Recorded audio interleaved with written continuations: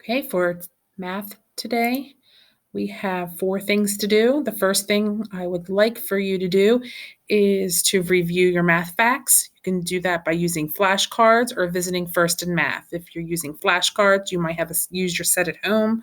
You could use the other 3 options here that I have listed. Second thing is we're going to read through some notes, slides 7 to 11 for some notes.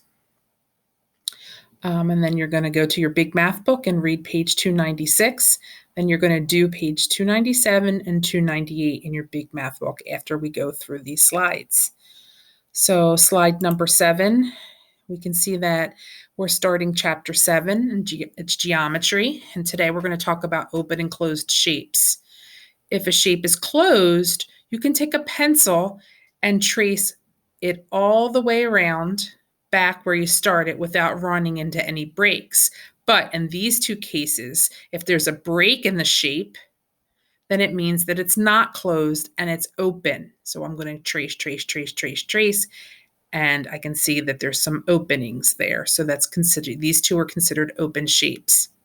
An open shape is made up of line segments, but there is at least one line segment that isn't connected to anything at one of its endpoints.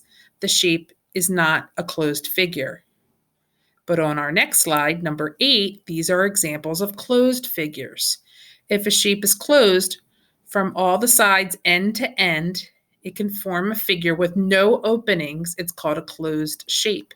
So if I trace, I can go all the way around the figure and there's no openings. Okay, slide number 9, open and closed shapes. We can see these yellow figures are open and the arrows are pointing to where they have some openings. The green, there are no openings, so they're closed. Okay, here's a picture of some opened and closed shapes. I can see that this one is closed, this one, there's one here. I'm sure you can find all of them. I'll give you a couple seconds to look through that. You can also pause and look at all the ones and find the ones that are opened or the closed ones. Okay, and then slide number 10. Let's go through some more examples. Are these shapes opened or closed? So you could probably figure out and see that this one would be open. Okay, how about this one?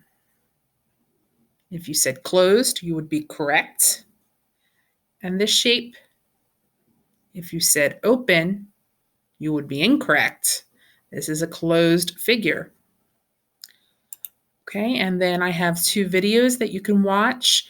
The first one is about the opened and closed shapes that we just talked about. And then the second one also is a little video with some questions that goes along with the video. Okay, it's loading. Hopefully yours won't take as long to load. There's some practice questions.